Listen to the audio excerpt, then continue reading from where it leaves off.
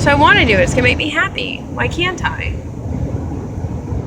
Well, it's not going to make you happy. But in order to understand that, you have to understand that being happy is not simply a matter of getting what you want and feeling good. And this is really the nub of the dispute between much of modern ethics and classical virtue theory.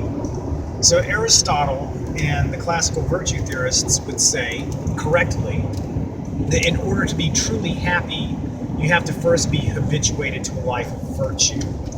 And so what you need to do is you need to acquire the four cardinal virtues and you need to put them into practice. And over time, this will become second nature to you. Without any effort of the will, doing things that are genuinely good for you, that promote the flourishing of mind, body, and soul, will yield pleasure and they will make you happy.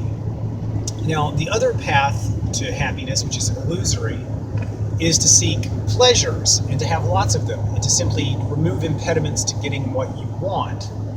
And it reminds me of an old joke that, there's a reason why those teen movies never show you what the cool kids look like at age 40, because it's not a pretty sight. As Augustine said, the person who has many vices has many masters.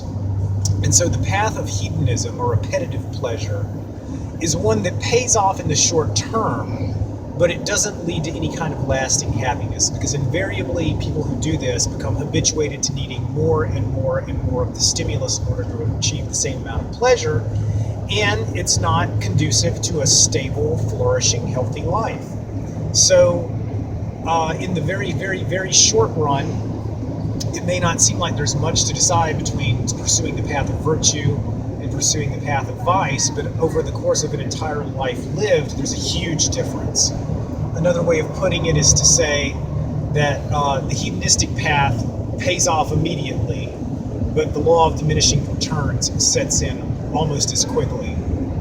Whereas the path of virtue pays off very little, and it actually costs something up front, but over a lifetime it pays dividends, and there's no downside to it, especially when you consider our last end, which is eternal beatitude.